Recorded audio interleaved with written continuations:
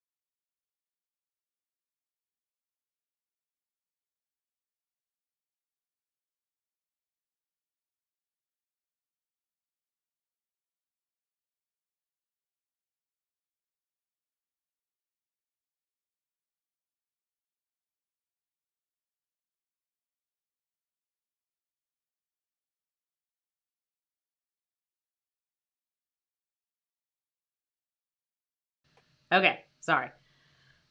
Lots going on today. Lots going on. Okay, so the other thing that we want to talk about are different tools beyond Ubersuggest. So I put tools like Ubersuggest, Moz, Ahrefs, ClearScope, all kind. Well, ClearScope's in a different group, I guess, but any tool that you're using to search for keywords that goes in that initial group. And then the other thing too is that you are looking into tools that optimize the actual copy. So you can do keyword research that way, the first way where you're kind of researching different keywords and you're cross-referencing them. And then the other way is to use a tool that's like optimizing per piece you write. So if you're using a tool like phrase.io, Frase.io, or ClearScope. ClearScope's like $1 billion a month, but phrase.io last time I checked was $50 a month. There's other tools like that too, but basically you write the article, then you put it into phrase.io or ClearScope and it tells you what to fix. So it says you should try a headline like this, or you should try these key terms, or it gives you like a letter grade of how well it'll rank. So if you have a C plus, you need to get an A plus. It tells you how many words it should be. It gives you a lot of information per article. So you can optimize per article if that's something that makes more sense. So that's something you could do for clients. But these tools are working in different ways and they're really kind of efficient. We don't want to kind of go off the deep end where like everything is so robotic. Like we don't want to go so far overboard for certain things. And the other thing that I think is really important here is this is what I've found. Most of the time, I think this is something that writers miss. If you're doing a good job, those keywords should already be in your article. This is something that I've done keyword research for content strategy clients and for regular content marketing clients. Like most of the time when they're like, let's include these keywords, or you end up doing keyword research, those words were already naturally in your copy. That's the thing that people miss a lot is they're like, oh, these keywords are magic. Like we have to include them or else no one will find the article. No, these should be natural things that you would be talking about while someone's looking for the article, right? Like the topic and the natural way you would explain it. So a lot of times you get keywords or long tail phrases where you're like, of course that would be in there. Like in order to explain this topic, we would have to say that. So that's the other thing to remember about SEO is like, it's not about these magic words. It's not about like getting all the magic words, and it's not about like pleasing all the robots. It's also about understanding that a lot of times those are natural things like questions or phrases that come up when people are talking about a topic or when they're searching for a topic. Okay. Vicky says, can I include SEO in my list of capabilities without attracting editors and managers who want mill-like work? Yes.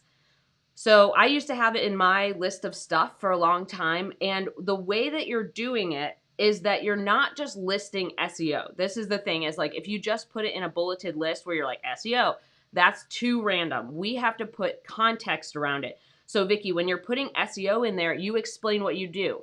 Explain that you're researching keywords or that you're happy to work with, right? Like when working with you, you're happy to work with your client's team on a brief that already has SEO structure, and you explain the process. So you explain what I just said, like you go look for keywords, you cross-reference things, or you're using a tool, like you're happy to use whatever tool they're working with, and you can list a couple if you want, saying like, yeah, I'm happy to use phrase.io, or if you're more comfortable with ClearScope, like I'm happy to work through our content in that platform to optimize it, the best we can for SEO. So if you explain the process, that attracts green light clients and repels red light content mill clients. So your red light content mill clients are often just like doing exactly what I started talking about at the beginning. Like, is this like SEO? It has to be robots. You have to do all this stuff. And they lay a lot of the blame and a lot of the responsibility on you. Your potential clients that are green light clients, if you explain the process that I just said, right? Research, cross-reference, check with competitors, check the cost per click, or come up with a matrix, or follow the brief that they give you, or you're happy to put it into a tool, right? Like phrase.io or ClearScope or something like that to optimize it, right? That attracts people who are like on a different level. A lot of times what ends up happening with content mill work is content mill work is that you are putting something in the copy that's basically talking about like the robotic parts of SEO. Like you're like, I will put in as many keyword phrases as you want. Or you'll say something like, everything will be perfectly SEO optimized for the first page. That's not what you want to say. Like that's what attracts content mill people, because they want to get on the first page in like the cheapest, shittiest way possible. They're not understanding that the priority is human first quality content, and then SEO is the icing. Okay. So if you describe that, if you describe the process, the SEO keyword finding process or the SEO optimization process per article or per post or per whatever, that kind of helps you transition to people who are thinking that way. Like we want to align with Greenlight clients who are thinking about the process of SEO, not the content mill clients that are like, throw all the keywords in there. It's all of your fault if it doesn't work. Like that kind of stuff. Okay.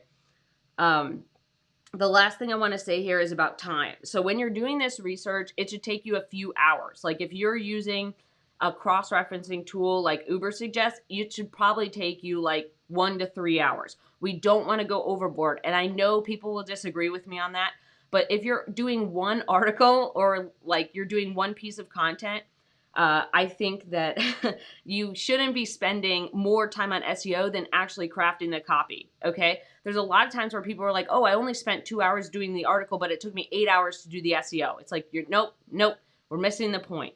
Remember, this is a really important thing. Gather the reference material. Go look through Ubersuggest, learn how to use that tool, cross-reference, and you can even ask your clients, who are your competitors? I need to know that for SEO so we can pull out the right competitive advantages, like the right keywords we can rank for. So I can check, different graphs that they have in Ubersuggest. But yeah, like you shouldn't be spending more time on SEO than your actual quality content. And the thing to keep in the back of your mind, these things should be naturally occurring, okay? They should be like precious metals, okay? It's not rocket science. That's why everybody is doing SEO. It's not hard, okay? I get it, like that everybody wants to get on the first page of Google. Everybody wants to get on the first page of Google, okay? We're all competing for like 10 slots, right? So that's the competitive part, not so much like the perfect SEO optimization, right? So you have to remember these things should be naturally occurring like precious metals, or they should be naturally occurring like regular resources, right? Like limestone in the dirt in certain areas, like here in Texas. It should be something where when you gather a list of keywords, and it should be somewhere but like 2 to 3 keywords is probably what you're shooting for. If you want to be spicy and it's a very long article, 3 to 5, that's what I think. So look, we're only looking for a very small number of words, and they should be naturally occurring.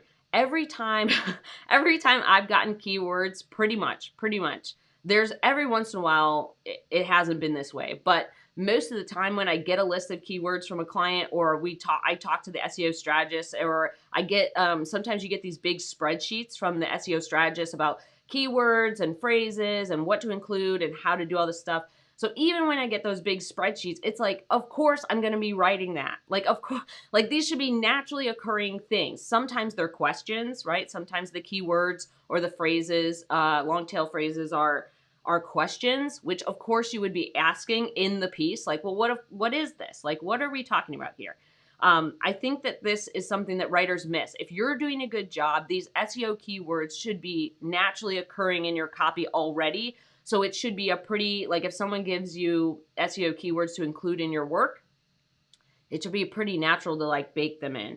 It should be something that is a question or a phrase or something that someone would already be talking about in amongst themselves on this topic. Okay, so that's the first piece. How are we doing? We've kind of been having a rough week overall. So just as an update, since Charlie's here, Charlie has a lot of allergies. She's like, when it gets to be spring here in Austin, Charlie ends up like, she both rubs herself all over the plants that she's allergic to and rubs herself in the grass that she's allergic to, and then she eats it. So She eats a lot of leaves. I don't know if you ever go to Snorkel Peanut. I haven't posted on there in a long time, but there's a video of her eating leaves. Like, she will just naturally eat leaves. I've never seen a dog do it, but she goes around our whole yard and she will pluck off leaf after leaf, like one at a time, not a clump. She will take individual leaves off. So not only is she allergic to all like the allergen, you know, all the stuff that's in the air during spring, but then she consumes it. So she's been having a lot of allergy issues. So she doesn't have her collar on today because she had to get a bath. And she's been shaking her head a bunch. So we've been having, and I was sick, you know, I'm still kind of getting over this sickness. So we've been having kind of a rough ride over here just to give everybody an update. Because I know sometimes I get notes from people asking, like, or they're like, I hope your pups are okay. So giving an update. Charlie's been kind of having a rough time because her ears have been bugging her because, like I said, she has allergies. So if you see her shaking her head, that's usually like her, you know, she used to get really bad ear infections until we kind of realized that she needed to have a lot of baths. Like, our vet told her to give us a bath once a week, which we now pretty much try to do it every other week, which has worked pretty well. But yeah, so everybody's kind of having like a rough situation over here. Let's talk about two. So let's talk about courses and your level of knowledge. So when you're doing SEO, I love HubSpot. I love it. I'm sure there's lots of other courses that you can take, but SEO through HubSpot really helps you get a grasp on a lot of stuff with that. Like, here's the thing. It will give you so much knowledge that you will never use, that you will like forget stuff. Like, you will forget stuff and your clients won't even know that stuff.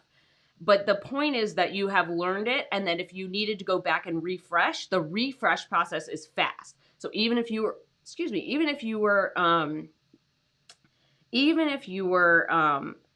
oh man, that thought just lost myself. Oh, even if you forgot it, you can come back. You can come back and refresh really quickly. That's why I love the course. Is like, I probably use half.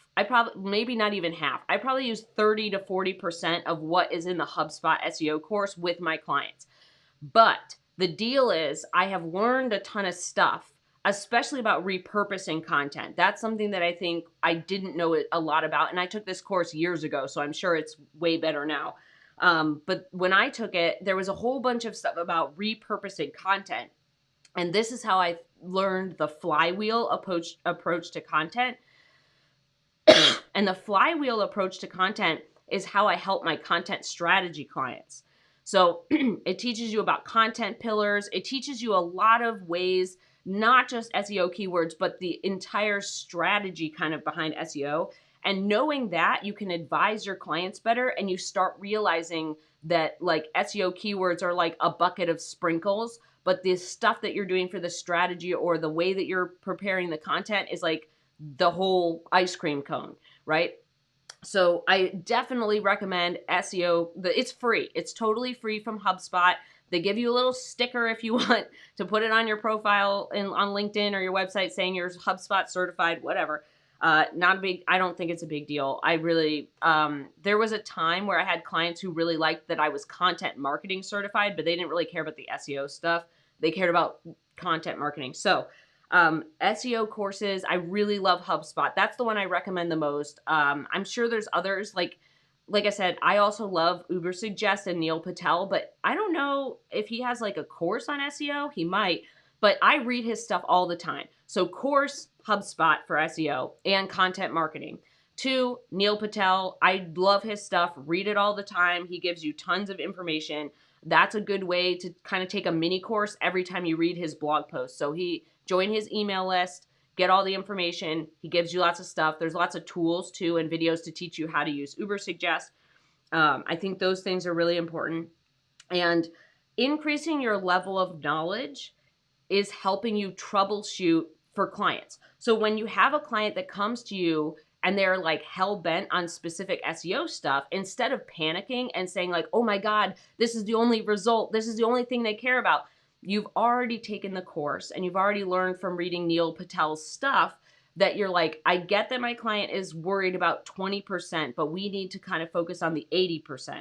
So there's a lot of things that we can kind of advise our clients and help reduce panic, create better content, and help educate our client to like move forward properly.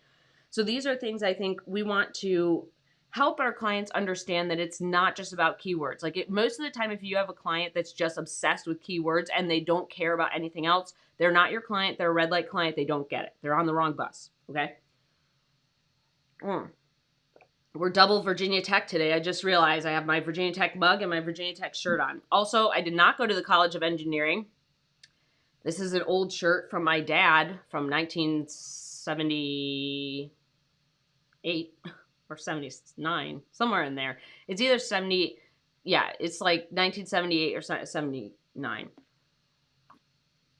Okay, so when we're kind of with our level of knowledge, we're able to help our clients at a deeper level. We're able to kind of remove panic. We're able to educate them on what really matters with content with certainty, right?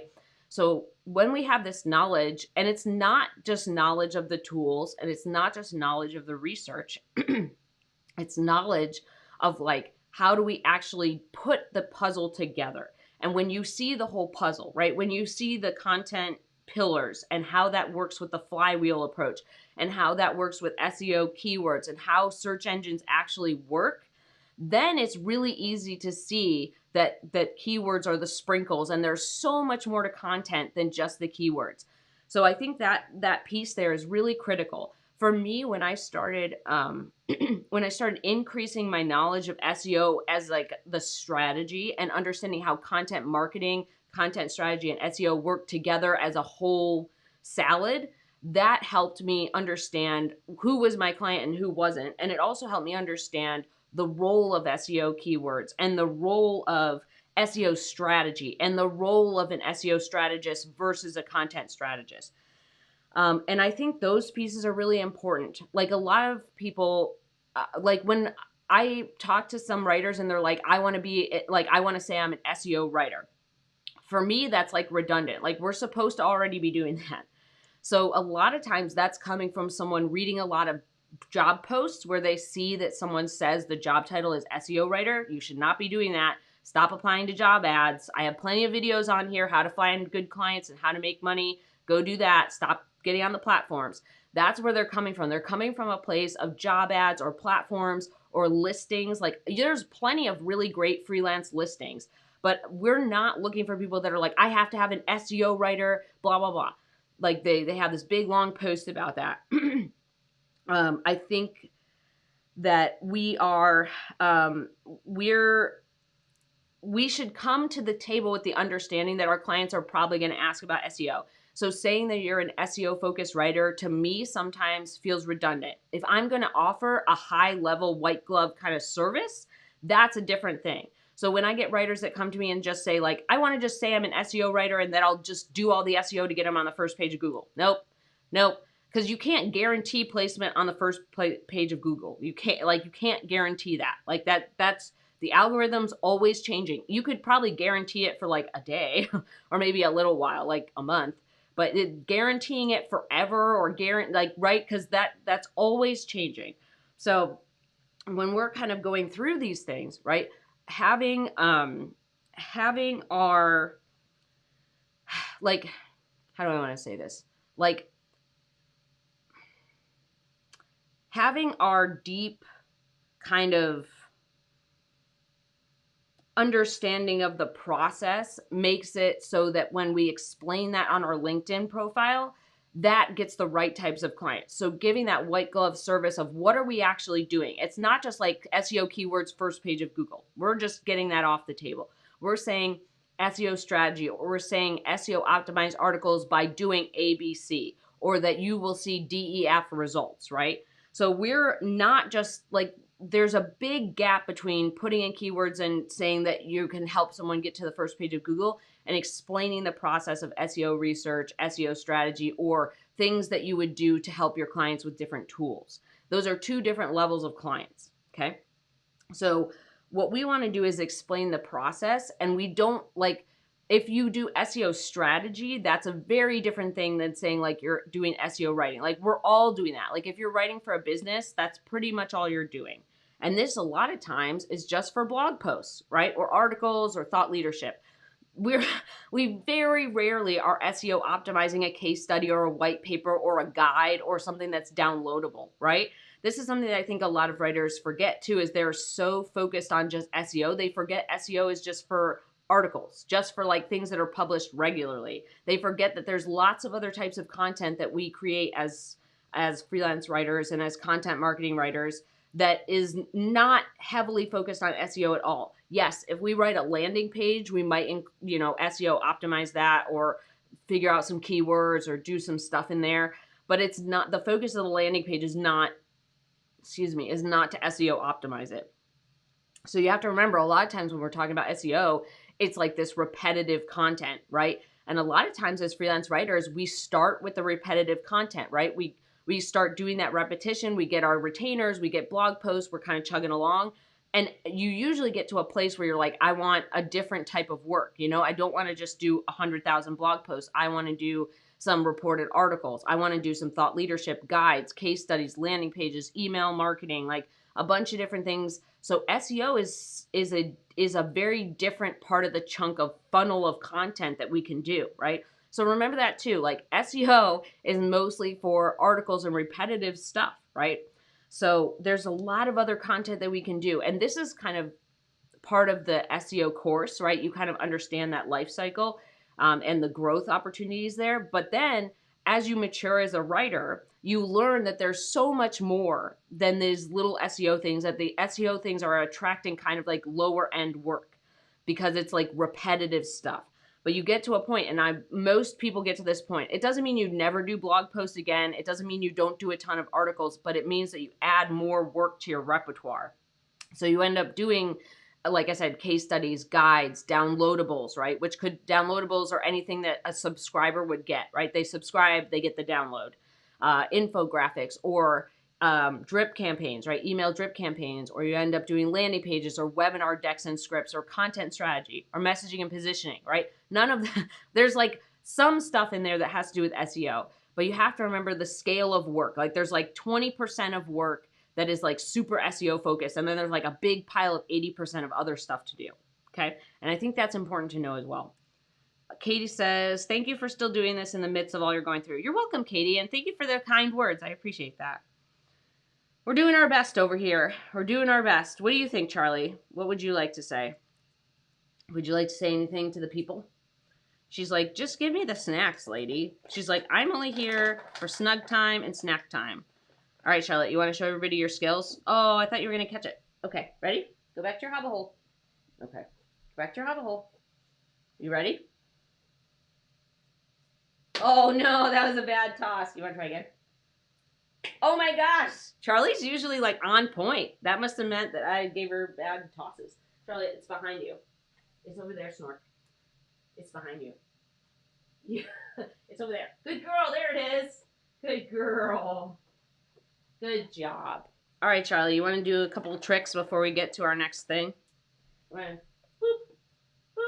Good job. All right, Charlie. All right, Charlie, let's show them. Can you do a round for them? Nope. Can you go around? Come on, around. That's down. That's not around. Charlie, around. Come on, around. Good girl.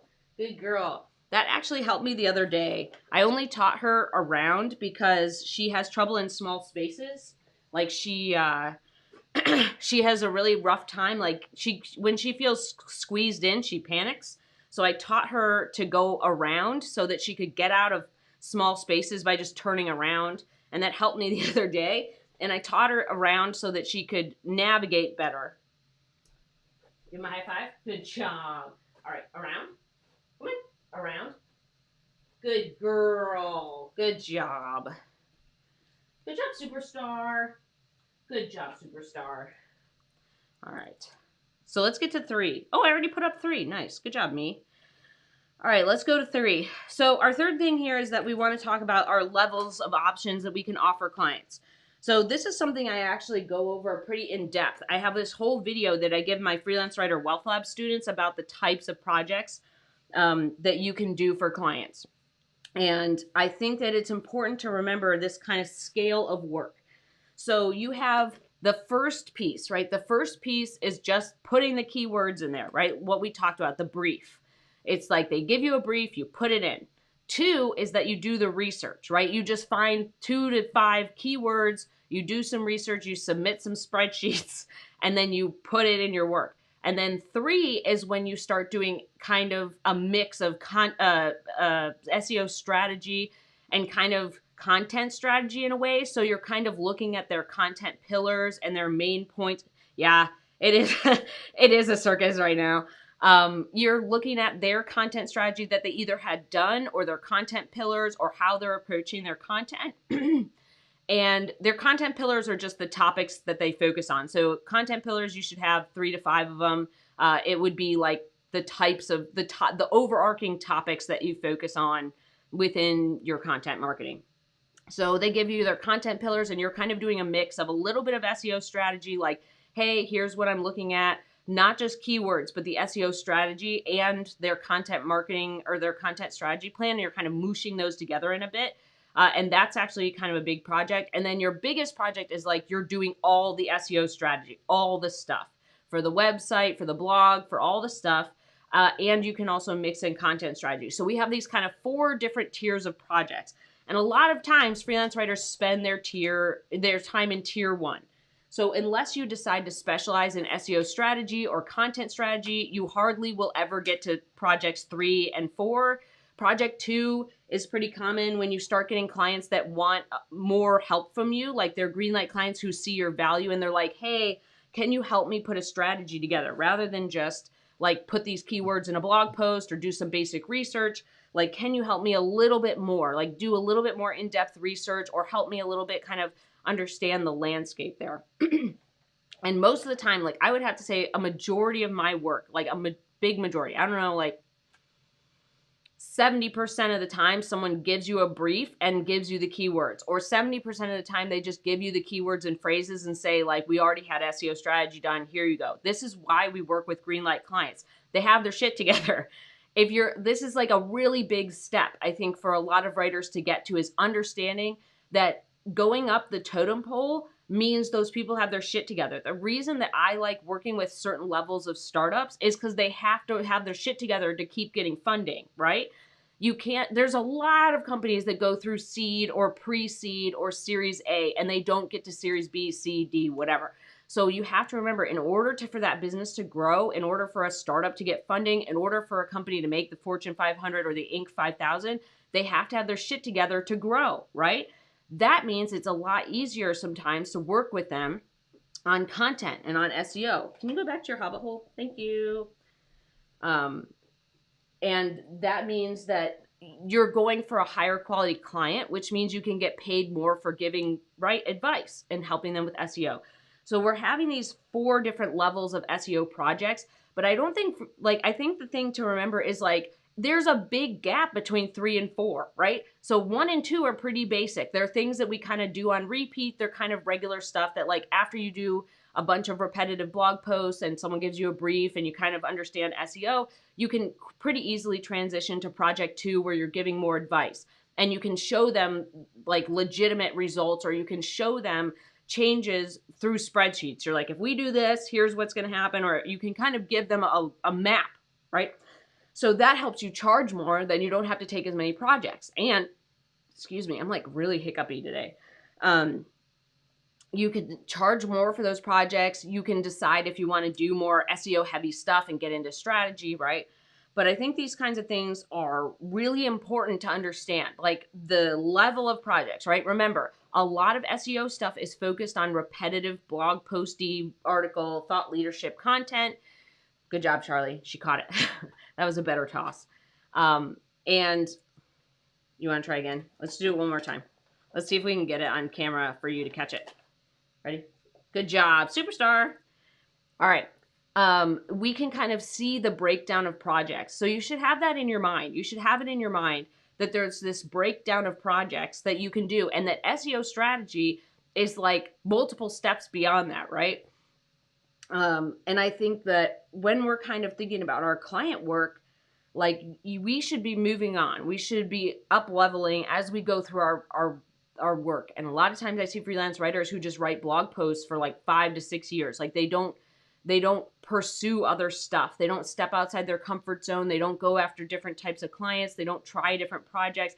And then they feel stuck at a certain income level, or they feel stuck with blog posts, or they feel like they want to quit. And it's mostly just that they have to get out of their comfort zone and try these different things. So if you see kind of the tiered approach, the 1, 2, 3, 4, basically, of types of projects that we do for clients, and you're growing your knowledge so that you can educate clients, you can see the depth of stuff that goes in there. You can see, like, most of the time you're going to be in like level 1 or level 2. And that, like, you would have to market yourself as an SEO strategist most of the time, or a content strategist, to do those bigger types of projects. But most of the time, like, if you're talking to a client and they are, they're talking about how they want to get on the first page of Google, or what you're going to do to get on the first page, or, like, not improving web traffic, right? That's the thing. Most of the time, SEO is for improving web traffic, right? And yes, getting on the first page of Google can be part of improving that web traffic, but that doesn't necessarily mean, like, that you're not on the first page of Google for, like, another phrase you don't know about, right? So if I hear someone talking about that, or someone asks me about that, like, I have articles that are on the first page of Google, but that's also, like, it's complicated. And and I feel like it's kind of red flaggy to start your relationship basically saying, like, you have to get me on the first page of Google, or you're not good at SEO, which everybody's trying to get on the first page on the planet, creating content. Everyone creating content on the planet is trying to get on the first page of Google. That's who you're competing against. That's Nuttown, right? Like, a client asking you for that, there's millions of people doing that. Like, right? So this is why I have to give the reminder that the SEO keywords are just one piece of the puzzle. There's a lot more to getting on the first page of Google, okay? So those tiers I think are important. And then our last thing here is number 4. All right, number 4. Number 4. If you feel like this has been helpful, give it a thumbs up. If you feel like you want to learn more about growing your freelance writing business, or building a freelance writing business you adore, subscribe. I never remember where the button is. If it's like my right hand over here, there's like a red button somewhere, or is it here? I don't know. There's a button. But we're going to talk about 4 after we give Charlie a snack. Charlie, you look super cute today. You look very clean and shiny. Oh, man. I think we're all just having a rough day today, because usually Charlie's, like, on the ball. Maybe I'm having a rough day giving you poor tosses. Sorry, Bean. But you look super cute, and I like your interested ears. Your radar ear is super active. Good girl. Let's talk about 4. Our last thing here. Our last thing is, like, when we're doing our SEO strategy for our freelance writer website. When we're doing our SEO strategy for our freelance writer website, this is a different beast, okay? So let me give you the number 1 tip that I have for your freelance writer website. Put your new clips in. The minute you get a clip, put that shit on your website, okay? Every time, and this, I don't know if it's still the case. I haven't checked in a while, but my website was on the first page of Google for Austin freelance writer, like Austin content marketing writer, or Austin freelance writer, Austin content marketing writer, or Austin freelance content marketing writer, real estate writer. I don't think it was travel writer, but it might have been food writer. So my website was on the first page for multiple different terms. And I was not working on SEO because I was working on adding clips. The newness in your website is really important. The second tier part of that is writing really good copy. Google spiders are crawling all over your website looking for good copy. Because my website had really good copy, not 1,000 SEO terms, and I was updating it regularly by putting clips in there, I got on the first page, okay? Those are my SEO things that I think are the most important. Every time you get a clip, upload it immediately. The other thing that you're getting with clips is backlinks. You are now linking out to another reputable site most of the time, right? It's usually like a bigger site than yours, right? So then you get that SEO juice because you have a lot of backlinks, because your portfolio, when you have these clips in there, you're giving a link out. So then you get that juice. It's really important.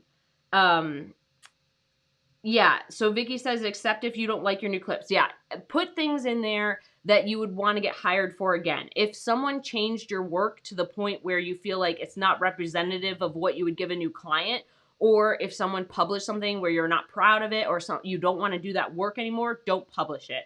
But yes, every time you get a clip you're proud of, which should be most of your clips, or every time you get a clip of something that you want to do more of that type of work, that means you need to publish it. So those are important. Upload your clips. Make sure you have backlinks. If you can't link out to your clip, upload a PDF. This is what I do in Squarespace.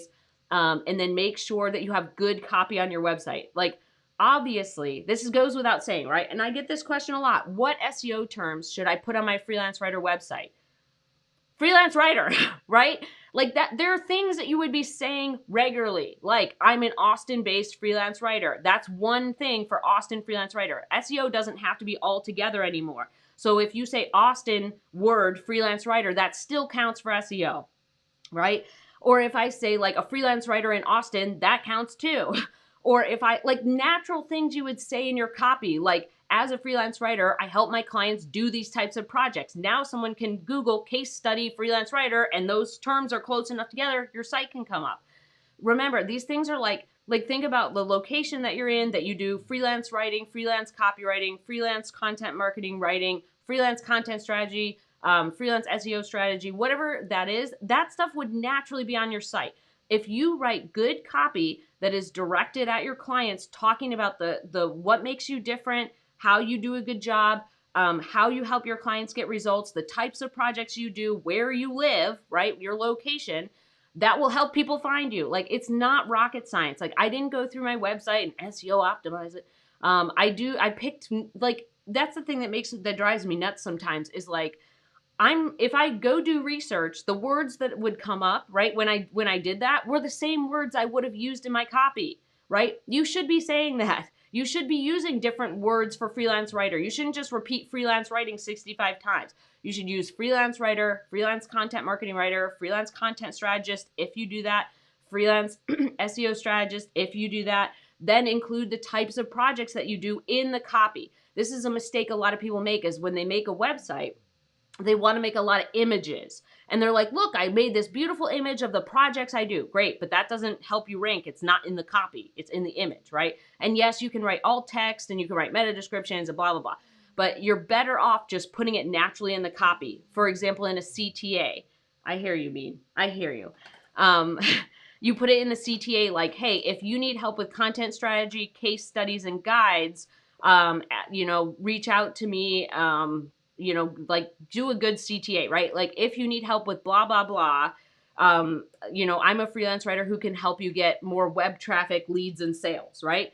So we're all putting those things together so they all sing really well. And we're going to update our website every 3 to 6 months. That doesn't mean overhaul the copy. That means update the copy if it needs to be. And most of the time, it's tweaks, like you learn something from working with new clients, or they mention new pain points, or you work on a new project type, and then you update that copy. So not only are we updating our portfolio all the time, which really helps with Google. Google likes newness. Oh, sorry, Charlie. That was a bad throw. Sorry, not only are we updating for Google spiders to crawl our new stuff all the time because we're adding our portfolio has backlinks to other places that rank well most of the time, right? And if we don't have backlinks, we're at least updating with a PDF so it's seeing the newness. 2, we're making sure our copy is really, really great and talks to our clients' pain points and talks to the things that we would help our clients do and the things that make us unique, right? And then we're also including things that should naturally be there, like multiple different titles that you would have as a freelance writer. You're not just a freelance writer. You are a freelance writer, freelance content marketer, content marketing writer, freelance copywriter. And then if you do that too, like freelance content strategist and freelance SEO strategist, if you do that. But these should be kind of interchangeable terms that we're using. We don't want to repeat stuff 1,000 times, but it should be refreshed as well. These are important things. A lot of times I had clients ask me, like, how did you get your website on the first page of Google? Like, what did you do for SEO? Like, you must be really good at SEO. And I was like, no, no, I do the basic ass stuff that needs to be done. And I do a good job writing my copy. Like, that's what you need to do, right? Those are things that are really important. Like, your website looks good in the eyes of Google by having quality content where you're constantly updating and you're adding things of value and you're doing a good job explaining what you do, right? This is why I think it's so weird when I see freelance writer websites that have no copy. They're like a couple of paragraphs and then like a list of services, and then they're like, everything costs this much. Like, they're not using their website to explain stuff. Like, we're writers. We should have websites that explain things. You should have a lot of copy on your website. That's the goal, right? The more copy on your website, and I'm not saying go nuts, don't write a novel, but I am saying you need to describe a bunch of really important things so that your clients hire you and see that you're the right person for them. And then the second tier thing is, yes, your website will rank better and you're doing a good job of explaining what you do, right? And the things you're helping with, the projects you work on, and who you are. Those are all really important. Okay, those are the main things I wanted to get through for SEO. But I think what we can kind of see here is that SEO spans a bunch of different things, doesn't it? It's not just SEO for freelance writers in projects that we do, or the types of things we help clients with, or the background or the learning that we do. It's also for our own website. So we're doing a bunch of different types of projects. And the other thing I always recommend people do, mess with your website. If you're trying to, if you take an SEO course, or if you learn some stuff about SEO and you want to mess with like a test project, use your website. This is something that a lot of people are like, I don't have a client. Okay, you have a website, go do that. And if you don't have a website, go put one up, go write the copy. I think that's a really important testing ground, because then you can put Uber Suggest on your website and you can just pick a different writer in your area and compare them in Uber Suggest and see like what are the differences. Or you can end up like putting a bunch of things in Google Analytics, right? You can have Google Analytics set up for your website so you can start getting familiar with Google Analytics in case your client is asking you to do that for a project. There are lots of things we can do with our own website before we ever get to a client project. And a lot of writers want to shy away from the website. I see you, Bean. A lot of writers want to shy away from the website because it's like too much work or it's like too much copy. No, it's critical and really important not only to have your website and update it with your clips, all that good stuff, but also use it as a testing ground so that you can help clients. Like, it's a great place for you to play in the sandbox before someone asks you to build a sandcastle, right? It's really important. Yes? Charlotte says do it. Charlotte says do it. Here you go, baby. Good girl. So any chance that you get as a writer to play in the sandbox before you build a sandcastle for your clients, do it. Remember, those good clients want you to be able to kind of help them a lot more. Like, we don't want to be, like, always kind of imagine it this way. Like, we spend a short period of time in our freelance writing life being the pelican, where we just take a whole fish and we just down our gullet, right? So there's where our client is like the whole fish, and they're just like, here's all the stuff, just go do it. Like, we're an order taker for a while in our freelance writing career. But eventually, we end up being the mom bird who goes out and chews up all the food and figures it out and then gives it to our clients. I'm not going to say the other thing, but like, we are the mama bird that goes out and digs around, finds the food, chews it up, gives it to our clients so that they can digest it easily, right? First, you start out as the pelican and you get everything at once, and you're an order taker for a while. You kind of learn the trade, right? You learn how to do the blog posts, you learn how to do your job. And then you kind of get more experience, and then over time you become like, right, you become the mama bird. And then after that, you basically become like a hawk or like an eagle, where you are like a precise hunter. You're like, I know what to do. I know what I'm looking for. Like, if I see movement from 60 feet above the ground of this rat that's running around, I know exactly how to dive to get it, right? I know we're making bird analogies today. I don't know why, but this is where we are. So kind of think of it that way. You're moving from like a pelican eating a whole fish, like not even chewing it, just saying like, cool, give me the work. I'll just do it. Then you're moving to like the mama bird who's like chewing things up and making it digestible for your clients. Then you're like the precise hunter that's like, I know exactly what you're talking about. I know how to help you. I know how to give you the advice, and I know how to get you results. Like, I know how this works, right? So if you think about that kind of transition, that's the change too, of like, first, we're kind of doing the copy and we're just taking the SEO keywords. Then maybe we're kind of doing a little SEO strategy or a little content strategy, and we're doing a little bit more research. And then we're actually setting the roadmap of content strategy or SEO strategy for someone. Birds aren't real. Birds are totally real. What do you mean birds aren't real? Charlotte's not really like a bird. Charlotte chases a lot of birds. Ready? Good job. Charlotte ate a couple butterflies. That's been the saddest thing. Charlotte, just watching her run after one of them, she ran after and ate the butterfly. And then the second butterfly, it just flew in front of her face and she just ate it. I know. She's like giving me a dirty look. She's like, why would you tell everyone that? How embarrassing. You're not embarrassed. You're not embarrassed. You're a cutie. You're a cutie. All right. Charlotte says that she hopes all your SEO stuff works out. So those are the things I think are really important. If you feel like this was helpful, give it a thumbs up. If you want to learn more about building a high-earning freelance writing business or a freelance writing business you adore, subscribe. What was I going to say? Oh, I did want to mention a couple things. For those that asked about Runway, which I don't... hold on. Let's make this one...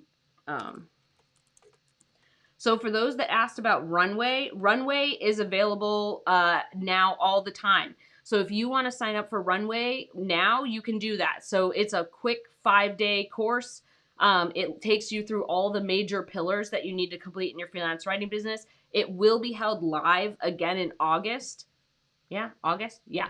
It'll be held live again in August, but right now, if you wanted to get started with freelance writing or you want to level up, right, you want to launch or level up your freelance writing business, Runway is available. You just go to mandyellis.com/runway to pick it up, and it's 5 days. You get the material. It's dripped out every day. So the first day that you sign up, you get Monday's material, you get day 1 material, and then you get it'll drip every single day. So you can grab Runway, 5-day fast track class if you choose, and you can get my pricing guide. That was another thing. So mandyellis.com/pricing guide. It's my free pricing guide for freelance writers and for content strategists. That has all different types of projects. I update it regularly.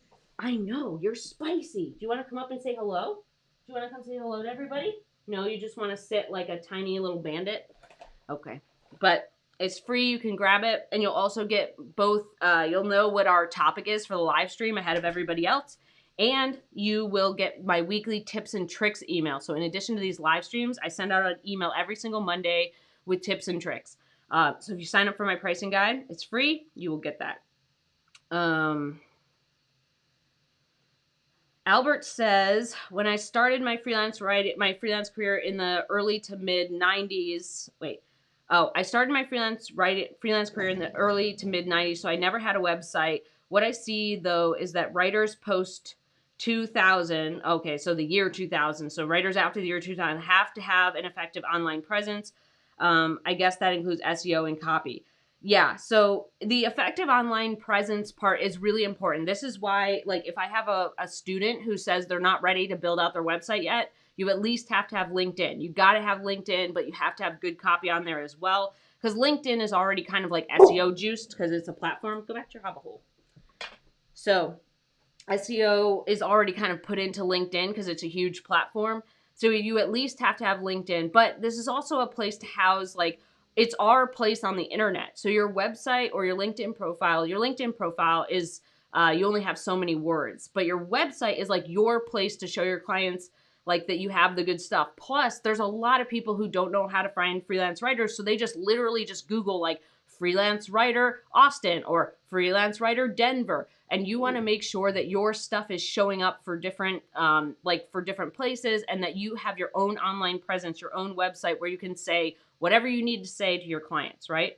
So SEO is kind of, like I said, most of the stuff is naturally occurring if you're writing your website, but your website is also important to house your portfolio. Like there's a lot of other choices that people have, right, in selecting a freelance writer, or if you're able to explain like how you help, why you're unique, what you're bringing to the table, how you help your clients get results, how you help your clients get to like the next level. That's all stuff we put on our website that makes people hire us, right? And that they want to work with us. So the thing, like I oftentimes, like you got to have the website. Like even if you don't build it out first, even if you build out LinkedIn first, eventually you have to have the website because you're just missing too many opportunities. Like if you don't have a website, you're just missing out on so much stuff. Like so many people searching or looking for someone like you, or an opportunity to expand different things that you do within your website, right? Like expand your projects or house things. Like LinkedIn doesn't let you house all the different types of clips. Like it doesn't let you do a whole bunch of extra stuff. So we have to have the website. Like that, I think, is a really important piece. And I have met writers. I have met writers who, like, I've had students who are like in high school. So this is the range. I've had students who are in high school, and I've had students who are over 80 years old. So I've had a big range of students, and I've had people who have retired who started writing, or I had people who are like of all ages. And they have that online presence is really important for having people find you and for people to connect with you and hire you and all that stuff. Really important. Okie dokie. So I hope this was helpful. Thank you guys for the kind words. Sorry I was I was a bit late. It's been just chaotic kind of around here just with all the stuff. So we're hoping that Bo feels better. We'll have to see. He's still, like I said, he's 16 and a half. He's had a lot of rough health problems recently, and we'll just have to see how it goes. This little helper right here is trying to be a superstar. You want to give him a high five? Yeah, good job. So we're trying our best, and hopefully everything works out. But I hope everybody has a good Friday and a good weekend, and I will see you next Friday. Bye.